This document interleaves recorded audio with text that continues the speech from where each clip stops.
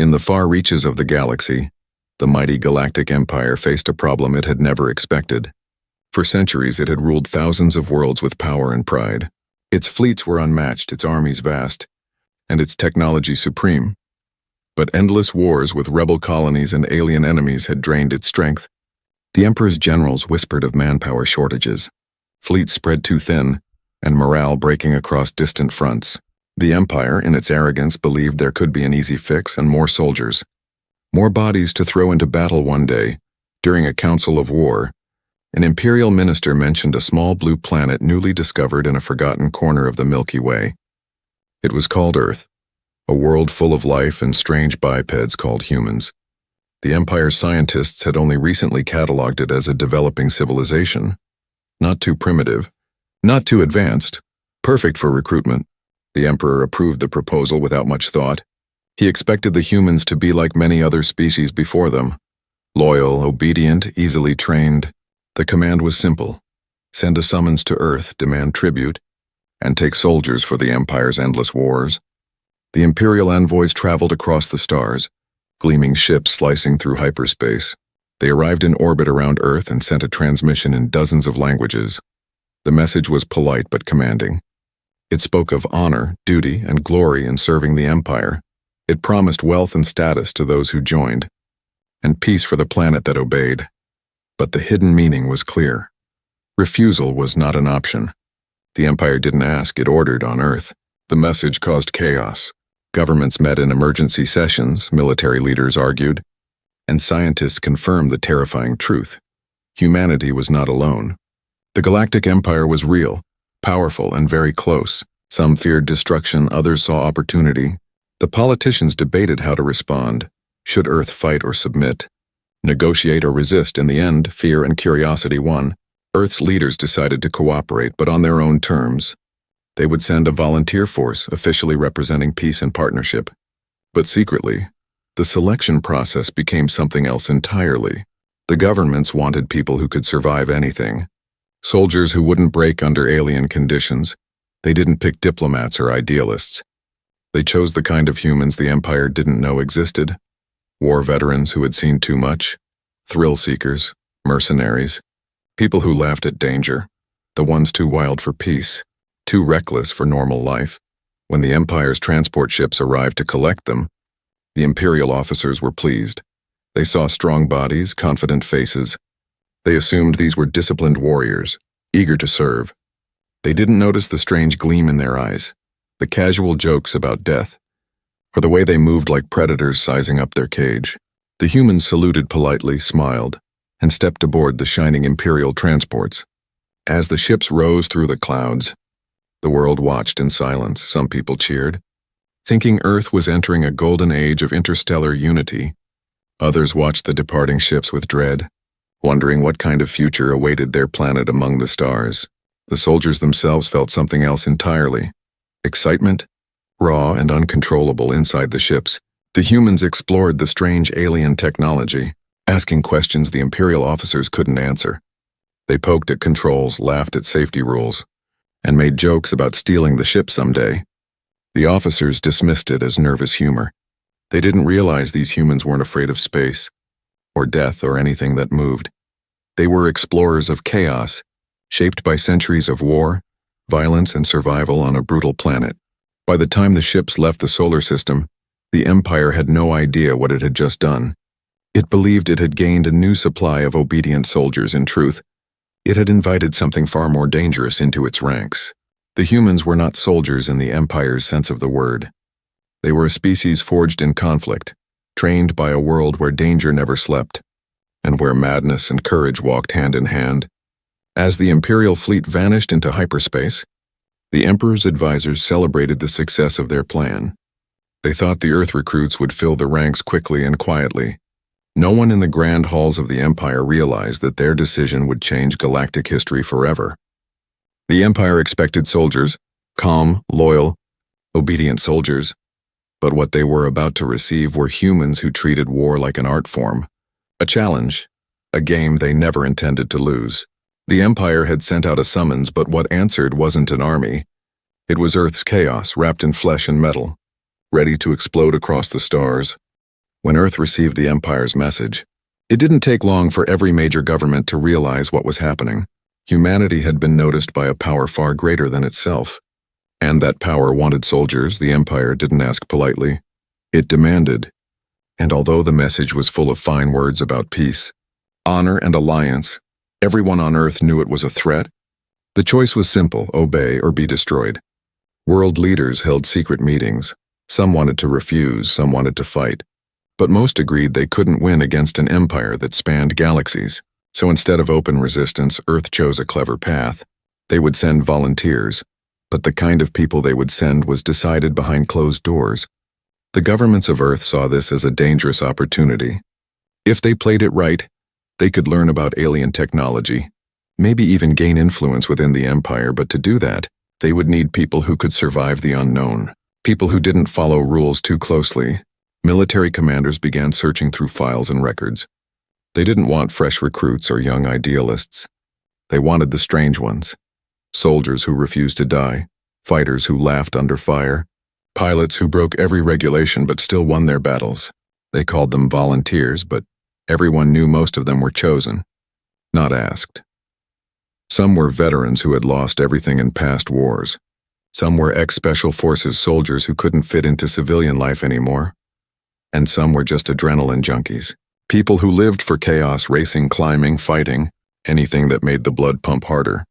When the selection lists were made, psychologists were brought in, not to check for stability, but to make sure these people were unbreakable. They looked for traits that would terrify most empires: unpredictability, aggression, confidence, and humor in the face of death. Governments smiled at the Empire's message, promising loyalty and support, while quietly building a team of humanity's most dangerous minds. Across the world, strange groups began to gather. In training camps hidden in deserts and forests, recruits met for the first time. Some came from military backgrounds. Others were civilians who simply refused to be ordinary. They bonded quickly, trading war stories and jokes that would make normal people uncomfortable. They trained hard, but they also partied harder. They weren't afraid, just curious. They wanted to see what was out there, what kind of enemies they'd face among the stars. The Empire's representatives arrived on Earth to inspect the new soldiers. Tall, pale beings in gold armor. They watched as humans fired weapons, ran drills, and laughed the whole time. The aliens found it confusing. The humans didn't behave like the disciplined troops of other worlds. They joked during battle simulations, argued with their commanders, and ignored protocol whenever it suited them. When an alien officer tried to correct them, one of the humans offered him a drink and asked if he'd ever been skydiving without a parachute.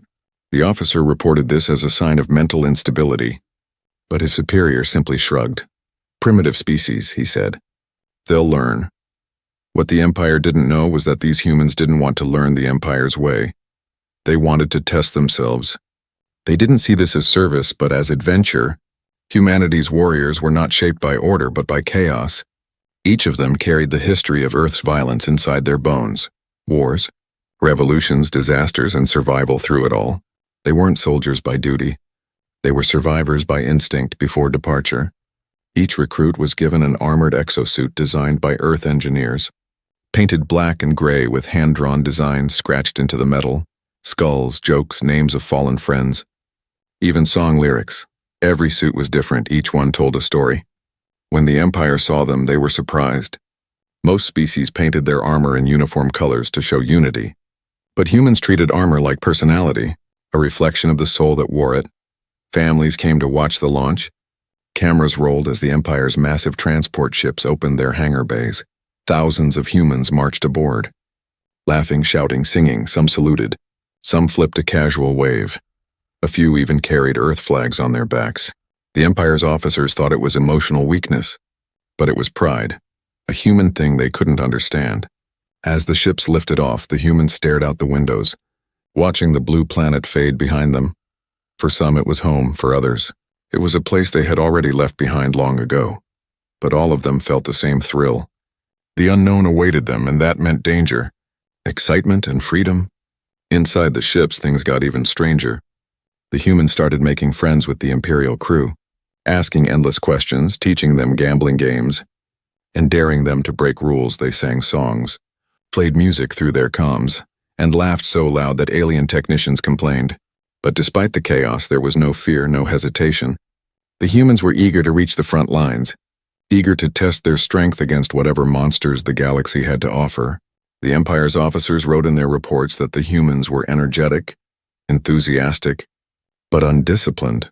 They believed these new recruits would need months of conditioning before being fit for real combat. They couldn't see what was truly in front of them.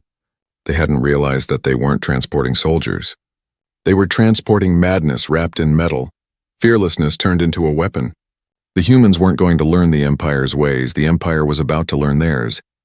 When the human battalion finally arrived on Arcturus Prime, the Empire's high command gathered to witness their new recruits. The planet was one of the Empire's largest military hubs, covered with shining metal towers, endless training fields, and massive starship docks that stretched to the horizon. The air smelled like fuel and steel, and the sky was always full of ships. The Imperial officers stood proudly, expecting to see another group of disciplined soldiers ready to obey orders. They had no idea what was about to walk out of those ships. The humans came marching down the ramps in full exosuits, armor designed on Earth but modified with strange human creativity. Some had helmets shaped like skulls. Others had shark teeth painted on their visors. A few had written jokes, song lyrics, and even insults in bold letters across their chest plates. The Empire had never seen anything like it. The soldiers of other species wore clean, identical uniforms, but these humans looked like a gang of battle-hardened maniacs who had just escaped a war zone and decided to start another one for fun. The commanding officer, a tall insectoid general named Krivax, stepped forward. His eyes twitched with confusion as he looked over the laughing humans. They didn't stand in formation properly. They joked with each other, slapped each other on the back, and even took selfies with alien soldiers who stood nearby looking terrified. Krivax raised his voice through a translator. "You are now soldiers of the Empire. You will follow our rules, respect the chain of command, and maintain discipline at all times." The humans nodded politely. A few even saluted, but one of them muttered loud enough for others to hear, "Sure thing, Bugman," and the entire squad burst out laughing. The Empire's officers exchanged nervous glances. They assumed it was just human humor, something harmless. They didn't know that for these humans, chaos wasn't just a joke. It was a way of life.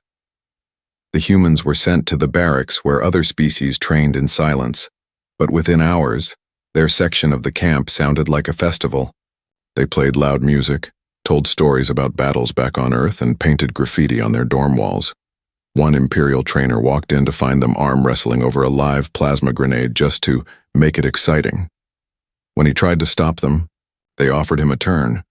He ran out of the room shaking, convinced they were suicidal. Still, the humans completed every test with terrifying skill. They fired weapons faster than expected, adapted to alien technology in hours, and came up with strange new tactics the trainers couldn't explain. During combat simulations, one human squad broke the simulation rules completely. They hijacked a drone carrier and used it as a flying bomb. The instructors screamed at them for cheating, but the humans only laughed. "You said when, not how," one replied. The Empire began to see results, and they didn't know whether to be proud or afraid. Their first taste of battle came sooner than expected. A nearby outpost on the planet's border was attacked by the Karth Dominion, a brutal species with spiked armor and teeth like knives. The Empire's regular troops hesitated, waiting for orders, but the humans didn't. They grabbed their weapons, sealed their helmets, and charged into transports without permission. The Imperial commanders tried to stop them, but by the time the order reached the field, the humans were already fighting. The first reports came through the comms, and they didn't sound like military transmissions. The humans were laughing, shouting, taunting the enemy. Some of them were singing. One yelled, "They bleed red, just like us." And the others cheered. The Karth soldiers used to disciplined enemies were completely thrown off. The humans didn't hide behind cover, they sprinted forward, attacking from angles no sane soldier would attempt. It wasn't strategy, it was instinct, the kind of wild fighting born from centuries of survival on a violent world. When the Imperial reinforcements finally arrived, the battlefield was already silent. The humans stood among smoking craters and piles of alien corpses. Their armor was dented, scratched, and splattered with blue blood. A few were sitting casually on broken enemy machines, laughing and passing around energy packs like it was a picnic. The Imperial commander who arrived was speechless. The humans had taken the outpost with zero coordination and minimal losses. It should have been impossible. That night, rumors spread through Arcturus Prime like wildfire. Soldiers from other species whispered about the humans. Some called them fearless, others called them insane. The Empire's psychologists requested interviews, but most couldn't last more than 5 minutes talking to the humans. The soldiers spoke casually about death, joked about nightmares, and laughed about getting shot. One even told a terrified researcher, "We don't fight to survive, we fight to feel alive." The Emperor's military advisors began taking notes. On one hand, the humans were uncontrollable, disrespectful and unpredictable. On the other hand, their results were undeniable. The outpost had been saved, and morale across the sector had improved just from the stories spreading. Imperial propaganda officers tried to turn them into heroes, but the humans refused to cooperate. When asked to pose for a photo, one painted a clown face on his helmet and photobombed the entire event. As the days passed, one thing became clear. The humans weren't like any soldiers the Empire had ever trained. They didn't see war as horror or duty. They saw it as sport, challenge, and therapy. They didn't fight because they were ordered to. They fought because it was the one thing that made sense to them. The Empire had asked for soldiers, and Earth had given them something else entirely, something raw and untamed, something that made even the bravest alien warriors step back and whisper, "Those humans, they're not fighting to win. They're fighting because they love it." The humans had barely been on Arcturus Prime for a few weeks when the Empire decided to test them in a real war. The Karth Dominion had begun another offensive on the outer colonies, a violent and ruthless enemy known for tearing through entire planets. The Empire's commanders thought it was the perfect chance to see if the humans could truly fight. They didn't expect much, maybe a small success if they were lucky. But what they got instead was something no one in the galaxy would ever forget. The humans were loaded onto dropships, their armor scratched and marked from training. Some painted fresh symbols on their suits, skulls, fire, even smiley faces. They weren't nervous, they were excited. As the dropship doors closed, one soldier started playing loud music. Another shouted over the noise, "First one to die buys drinks for everyone," and everyone laughed. The alien pilots looked horrified, wondering what kind of madness they were carrying into battle. As the ships entered the battlefield, explosions filled the sky. The Karth army was massive, their war machines taller than buildings. The Imperial units fought cautiously, following every rule in their book. They advanced slowly, trying to hold the line, but then came the humans, falling from the sky in metal pods like shooting stars. They landed behind enemy lines, breaking formation completely. Instead of waiting for orders, they attacked. The Karth warriors were known for their brutality, but they had never seen anything like this. The humans didn't march in lines. They ran like predators, moving fast and unpredictable. Their battle armor roared to life, and the air filled with the sound of laughter and gunfire. One of the Karth commanders tried to regroup his forces, but by the time he gave the order, humans were already inside their ranks, fighting hand to hand. Some used blades, others used their armored fists. One even ripped a Karth weapon out of an alien's hands and fired it back at them. The Imperial officers watching through drones couldn't believe what they were seeing. The humans weren't just fighting, they were enjoying it. They taunted the enemy, made jokes in the middle of combat, and shouted over the comms as if it were a game, "Hey, save me some." One yelled as he tackled an alien twice his size. Another one was laughing so hard he forgot to reload. And when his ammo ran out, he used his helmet as a weapon, smashing it into a Karth soldier's face. What shocked the Empire even more was how effective this madness was. The Karth troops began to panic. They were used to enemies who feared them, who followed predictable tactics, but these humans were wild, impossible to anticipate. The Karth fought with strength, but the humans fought with creativity and insanity. They used debris as shields, set traps with grenades, and one group even lured a Karth tank into a narrow canyon and brought the walls down on it using explosives they weren't even supposed to have. Hours later, the battlefield fell silent. The Imperial forces moved in expecting to find a massacre, But it was the Karth army that had been destroyed. The human units stood among the wreckage, covered in alien blood, smoke rising from their armor. Some of them were cheering, some were taking trophies, and a few were already arguing about who had the most kills. When the Imperial commander arrived to give orders, one human saluted and said with a grin, "We finished early, sir. What's next?" The reports that followed caused chaos in the Empire's high command. The battle had been won, but not in any way they could explain. The humans had broken every rule, ignored every command, and still achieved total victory. The Karth prisoners who survived described them as laughing demons who felt no pain. One alien soldier said he saw a human take 3 plasma shots to the chest and keep charging, screaming like a madman. The Empire's generals didn't know whether to reward or punish them. Some called the humans dangerous and uncontrollable. Others argued they were the most effective warriors the Empire had ever seen. In the end, the Emperor himself sent a message of commendation, calling the battle a sign of humanity's potential. But deep down, the generals were uneasy. The humans had proven that they didn't need orders. They didn't even need strategy. All they needed was a fight, and they would turn it into art in the barracks that night. The humans celebrated the only way they knew how, and loudly. They played music, roasted alien meat over a fire, and retold their favorite moments from the battle. One of them said, "They thought we'd fight like them," and everyone laughed. They toasted to Earth, to madness, to victory from that day on. The rest of the Empire looked at humans differently, some with admiration, others with fear. Even the Karth Dominion began whispering about them, calling them the Death Singers, warriors who laughed as they killed. The humans didn't care what they were called. They were ready for the next battle, for the next rush of chaos. The Empire had wanted soldiers, obedient, predictable soldiers, but what they had unleashed instead were fearless beasts in armor, and the galaxy had no idea how to stop them. The news of the humans' first victory spread through the Empire faster than light. At first, the commanders thought it was a joke. No one believed that a group of new recruits from a backwater planet had destroyed an entire Karth division in a single day. But when the reports arrived, complete with battle recordings and drone footage, the laughter stopped. The images showed humans charging into enemy lines without fear, fighting with a madness that no training could teach. Some of the Empire's officers admired their bravery, but many were simply terrified. In the grand halls of the Imperial Command, generals argued day and night. Some said the humans were a miracle, a weapon unlike anything they had ever seen. Others said they were a curse, uncontrollable and dangerous. The Emperor listened quietly, watching the footage again and again.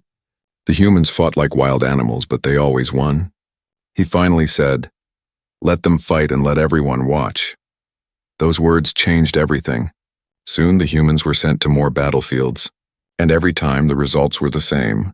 They broke rules, they broke formations, but they broke the enemy even faster. Their kill counts were higher than any other species. They didn't wait for orders. They acted on instinct. The Imperial commanders who once scolded them for being chaotic now stayed silent, afraid to interfere, but something else started to happen. Soldiers from other planets began acting differently when humans were around. At first it was small. They stood straighter, talked louder, seemed braver. Then, as more battles passed, alien soldiers began painting human slogans on their armor, copying their fearless attitude. The humans had become legends, and legends were contagious. The Empire's news network started showing clips of them fighting, trying to turn them into propaganda heroes. But the problem was that the humans didn't behave like heroes. They mocked the reporters, made fun of interview questions, and once, when asked about their secret to victory, a human replied, "We're just having fun." The Empire didn't know how to market that. The alien psychologists were desperate to understand them. They interviewed the human soldiers, asking what drove them to fight so fearlessly. One of them said, "You think we're brave? We're not brave. We're bored," another said. "Back on Earth, we fight for money or politics. Here, we fight for fun. No strings attached." The scientists were horrified. They had never met a species that treated war like a hobby. The other races in the Empire began whispering strange things about Earth's people. They said the humans were possessed, touched by some ancient madness. Some claimed they were immune to fear. Others believed their planet must have been a nightmare world that only bred killers. But the truth was simpler. Humanity had learned through history that fear didn't help. When you lived on a planet that tried to kill you every day and with wars, Diseases, disasters. You either went insane or learned to laugh. The humans had chosen laughter. Soon the enemy began to fear them. The Karth Dominion started calling them the Laughing Death. Stories spread of human soldiers walking through gunfire, covered in smoke and blood, smiling through cracked helmets. Some alien units surrendered just from hearing human war songs echoing across the battlefield. The humans didn't just win fights. They broke minds. Their laughter echoed through radio frequencies, haunting every enemy who heard it.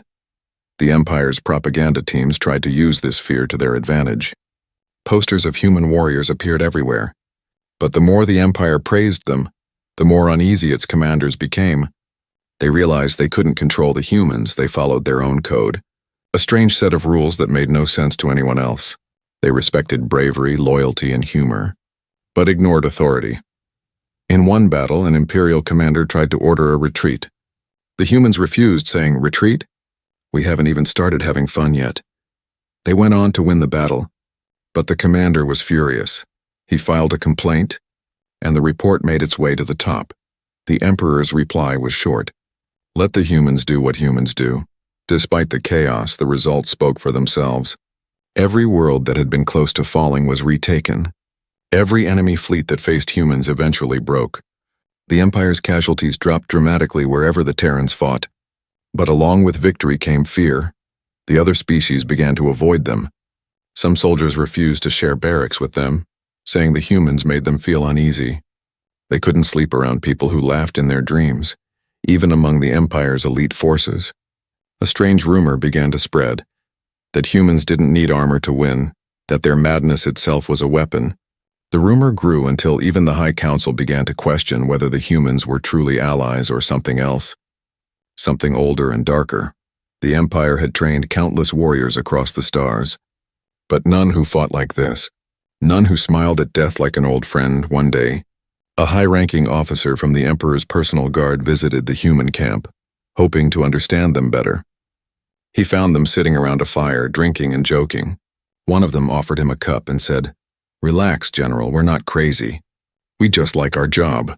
The officer took a sip, and the human smiled. "You see, war isn't about hate for us. It's about living as hard as we can before dying." That night, the officer reported back. They are not soldiers, they are something else. They fight for reasons beyond logic, beyond fear, beyond control. The Empire realized the truth too late. They hadn't recruited soldiers from Earth. They had unleashed a force that didn't fit into any rulebook. The humans had turned war into art, and madness into strategy. The Empire expected discipline, but what it got instead was the wild, unstoppable chaos of Earth, and nothing in the galaxy could stand against it. The longer the humans fought for the Empire, the stranger the war became. The Karth Dominion, once feared as monsters of the galaxy, began losing battles not just on the ground but in their minds. Everywhere the humans went, fear went before them. They didn't just destroy enemy troops. They destroyed courage. Stories spread faster than ships could travel. Tales of soldiers who laughed in the middle of explosions, who sang while being shot at, who joked with dying comrades as if it were a party. The humans didn't mean to spread terror, but their way of fighting did it for them on one battlefield. The Karth tried to ambush a human platoon. The humans walked straight into the trap, not hiding, not sneaking. They acted like they already knew they would win. The Karth soldiers waited nervously, watching the humans march through the fog. Laughing, shouting, daring them to attack, one of the Karth commanders hesitated. His claws shaking, his soldiers refused to move forward. They said, "They're not alive, they're demons wearing flesh." The commander ordered the attack anyway, but by then it was too late. The humans had already surrounded them. The fight lasted only minutes after that. Something strange happened across the galaxy. Entire enemy units began to surrender at the first sign of human troops. Imperial scouts found alien camps abandoned before battle even started. The Karth Dominion tried to use propaganda to calm their soldiers, saying humans were just flesh and blood. Not monsters, but the stories kept growing. Some said humans drank the oil from broken machines. Others said they painted their armor with the blood of their enemies, and no one could tell what was true anymore. The humans realized what was happening and started playing along. They began painting grinning skulls and laughing faces on their helmets. They left strange messages behind on conquered battlefields. Jokes, threats, or simple words like boo. It wasn't official military strategy, but it worked. Psychological warfare became their favorite game. They understood something the Empire never did. Fear wins wars faster than bullets. Imperial propaganda officers didn't know whether to be proud or horrified. They tried to control the humans' image, making posters that showed them as noble warriors. But the humans ruined every campaign.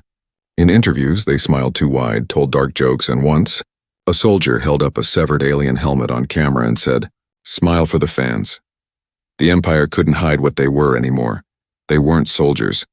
They were chaos in armor behind the front lines. Scientists tried to understand them.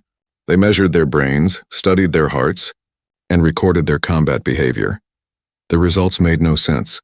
Humans had higher stress responses than most species, yet they performed better under pressure. They showed fear but turned it into excitement. Their pain tolerance was off the charts. One researcher called them biological contradictions. Another simply said, "They're having too much fun to die."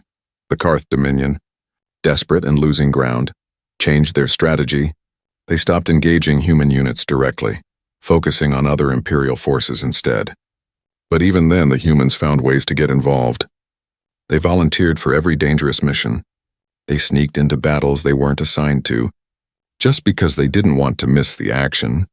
Their presence became both a blessing and a curse. Every victory they achieved made them harder to control soon. Human soldiers began forming their own symbols and sayings, unofficial mottos that spread through their ranks. "Smile till the last shot," "Fear is for aliens," and "If you see us coming, it's already too late." The Empire's high command tried to stop them, but it was useless. The humans had become their own legend. And legends don't take orders in one famous battle.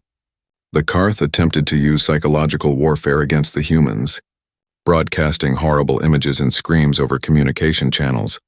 The humans didn't flinch. Instead, they hacked the broadcast and replaced it with rock music and laughter. The Empire's entire fleet listened in shock as the humans shouted over the comms, "Nice try, Bugs, now let's dance." That battle ended in another human victory, and the story spread like wildfire. Even among the Empire's citizens, the humans became myths. Children played games pretending to be Terran psychos. Merchants sold toy helmets painted like human armor. Soldiers across the galaxy began painting smiles on their own gear for luck. The Emperor's advisors worried that fear and fascination with humans were getting out of control. But it was too late. Humanity had already become a symbol of madness, bravery, and unstoppable energy. Behind the laughter and chaos, however, the humans started realizing something deeper. They were changing the galaxy without meaning to. Wherever they went, fear followed, but so did hope. Planets once terrified of war now believed they could win if humans were on their side. Even alien civilians began cheering for them, calling them the crazy angels from Earth. The Empire tried to use this to gain more power, sending humans to the worst war zones to inspire fear and loyalty at the same time. But with every mission, the humans' independence grew. They stopped listening to orders. They started making decisions on their own, fighting not for the Empire, but for each other, for the thrill, for the challenge. By now, even the Karth had learned a new rule. If you hear laughter in the dark, run, because that meant the humans were near. The Empire had created a legend that could no longer be contained. The humans had turned their madness into the most powerful weapon in the galaxy. The generals called it psychological warfare, but to the humans it was just another day at work, another chance to laugh in the face of fear. The war reached its breaking point when the Karth Dominion launched their final attack on the Empire's core worlds. Their fleets were larger than ever before, dark shapes filling the stars. The Empire's defenses crumbled one by one. Planets burned, cities fell, and fear spread like fire. The Empire had always believed its strength was in its order and control. But in that moment, order failed. The chain of command collapsed. Soldiers waited for orders that never came. Fleets retreated instead of fighting. For the first time in centuries, the mighty galactic empire felt helpless. Then came the humans. They didn't wait for permission or plans when they heard the empire was losing. They laughed. "Finally, something fun," one of them said. Their commanders warned them that the Karth fleet was unstoppable, that attacking would be suicide. The humans just grinned. "Good," they said. "Then they won't expect us." They gathered in their blackened, dented battlesuits powered up their weapons and jumped straight into the fire. The Empire's remaining generals watched in disbelief as the human ships charged into the center of the Karth armada. Their tactics made no sense. They ignored standard formations. They split their forces, attacked from impossible angles, and used debris fields as cover. The Karth tried to adapt, but the humans were too fast, too unpredictable. They didn't care about dying, and that made them terrifying. One of the Imperial admirals shouted into the comms, ordering them to fall back, but the humans didn't even respond. They were too busy fighting, laughing, and screaming victory songs. The battle turned into chaos, explosions everywhere. The humans boarded enemy ships, stormed through corridors, and turned the Karth's own weapons against them. For every human that fell, 10 Karth soldiers died. The humans weren't fighting for glory or medals. They were fighting because they refused to lose. On the ground, things were even worse for the Empire. The Karth invaded the capital world of Varnus. The Imperial forces there were collapsing. But when the human dropships appeared in the sky, the soldiers who had been ready to surrender stood up and started fighting again. The humans landed in the middle of the battlefield like a storm, firing, shouting, laughing as usual. Their commander yelled through the radio, "Let's remind them why they fear us." And the humans roared in reply. The battle for Varnus lasted 3 days. During that time, the humans fought like creatures possessed. They had no supply lines, no backup and no clear orders, but they didn't care. They turned the ruins of the city into traps. They used fallen starships as fortresses. They fought in the streets, in the skies, and even underground. When the Karth used biological weapons, the humans wore gas masks and danced through the smoke, calling it atmosphere. Everywhere they went, morale rose. Alien soldiers who had once feared the humans now fought beside them. Inspired by their madness, the humans had a strange effect on everyone around them. Their laughter spread courage. Their recklessness sparked hope. For the first time, the Empire's armies stopped following orders and started following the humans. The Karth commander leading the invasion sent a message to his high command. "We cannot win. They are not soldiers. They are chaos." But by then it was too late. The humans had already reached his flagship. They broke through the hull, flooded the bridge, and finished the war with the same grin they always wore. When the smoke cleared, the Empire was silent. The Karth Dominion's fleet was gone, destroyed completely. The humans stood among the wreckage, covered in ash and scars, laughing weakly. Their leader, a woman with a cracked helmet, looked up at the sky and said, "That was fun. What's next?" The Imperial officers who came to collect them could barely speak. They had expected to find corpses. Instead, they found survivors who were still joking, still alive after the victory. The Empire tried to give them medals, promotions, and honors. The humans accepted them politely, then used the medals as bottle openers during their celebration. The Emperor gave a grand speech praising their bravery, calling them the saviors of the galaxy. But everyone knew the truth. The humans hadn't fought for the Emperor.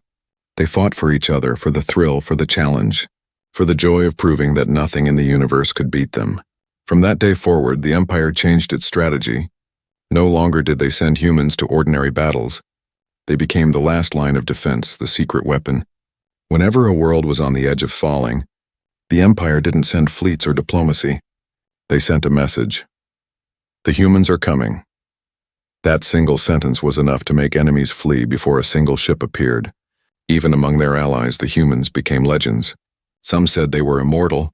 Others said they were insane. The humans didn't argue, they just smiled. "A bit of both," one of them said. They weren't the Empire's soldiers anymore. They were its symbol, the living proof that fear could be defeated, not by discipline or order, but by pure, reckless willpower. In the years that followed, whenever a new war began, commanders across the galaxy asked the same question: should we call the humans? And the answer was always the same, whispered like a prayer: only if we want to win. The Empire had learned a lesson it would never forget. Order wins battles, but madness wins wars and humanity. The small planet that was supposed to send soldiers had become the Empire's greatest weapon, the storm that laughed in the face of death. Years after the war ended, the galaxy still remembered the humans. The story spread from world to world, whispered in bars, schools, and military camps. Some said they were devils in armor. Others said they were saviors. No one agreed on the truth. But everyone agreed on one thing: wherever the humans went, history changed.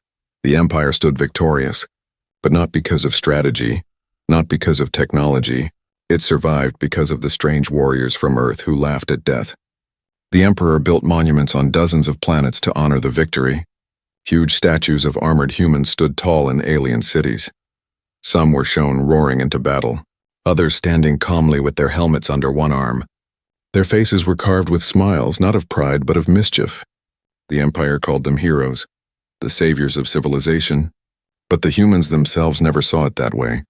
They didn't think of themselves as heroes or legends, just as people who refused to lose after the final victory. Many humans decided to leave the army. Some stayed with the Empire, training new recruits, though their lessons were nothing like the Imperial manuals. Instead of discipline, they taught fearlessness. Instead of obedience, they taught instinct. They told their students, a good soldier follows orders, but a great one knows when to break them. The Empire's officers were uneasy, but they couldn't argue with results. Every soldier who trained under the humans came out stronger, braver, and just a little bit crazier. Some humans returned to Earth, they came home as legends. But the world had changed while they were gone on Earth. People whispered about what they had done among the stars. Some called them monsters, others called them heroes, but none could truly understand them. How could they? The soldiers had seen things no one on Earth could imagine. Entire planets burning, alien worlds trembling at the sound of human laughter. They were too wild for peace, too scarred for normal life. Many of them didn't stay long. They went back into space, joining exploration crews, mercenary fleets, or disappearing into unknown regions, searching for new wars to fight. For the Empire, the humans became a symbol. When a battle looked hopeless, when the enemy was too strong, commanders didn't call for reinforcements. They sent a simple transmission: send the Earth psychos. Those words became famous, whispered in fear and hope alike to enemies. It meant death was coming. To allies, it meant salvation in time. The Empire rewrote its military doctrines. They studied human psychology, trying to understand what made them unstoppable. They discovered it wasn't strength or intelligence. It was their madness, their ability to find laughter in horror, courage in pain, hope in chaos. Humans didn't just fight to survive. They fought because they refused to let the universe scare them. The Empire's soldiers tried to copy that spirit. Some even painted smiles on their helmets, trying to feel a little of the same fire that burned in human hearts. Even the Emperor changed his view of war. In one speech to the Galactic Senate, he said, "For ages, we believed discipline made us strong, but it was madness that saved us. The humans showed us that fear is not to be avoided but to be mastered." That quote was carved into marble walls across the Empire, though most who read it never truly understood what it meant. Years passed, and the humans slowly faded from active service. Their numbers were few, and most preferred to roam free. But their legend grew larger. Every generation heard new stories, some true, some exaggerated. It was said that a single human squad once stopped a rebellion by laughing through the entire battle. Another story claimed that a human ship rammed a war cruiser just to prove a point. Whether true or not, the tales inspired billions. The Karth Dominion never fully recovered, even decades later.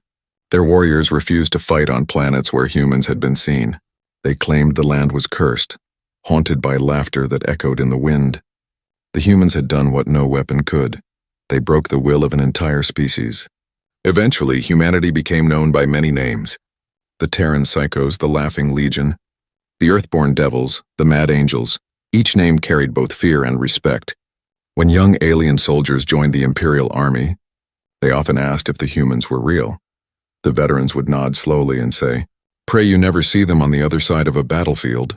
But even in peace, the humans' influence remained. Their way of thinking had infected the galaxy. Worlds that once followed strict orders now encouraged creativity. Soldiers who once feared death now faced it with a grin. Humanity had taught the stars a lesson: that life is short, chaos is certain, and laughter is stronger than fear. On a quiet night, somewhere on a forgotten world, an old human veteran sat by a fire staring at the stars. His armor was rusted, his hands scarred. He smiled as he thought about the past, about the chaos, the laughter, the battles that shook galaxies. "They wanted soldiers," he whispered to himself, "but we gave them something better." He raised his drink toward the sky, to all his fallen brothers and sisters, and laughed softly. The sound echoed into the night, carried by the wind, a reminder that even in the vast, cold darkness of space somewhere out there, the humans were still laughing, and the galaxy would never forget them.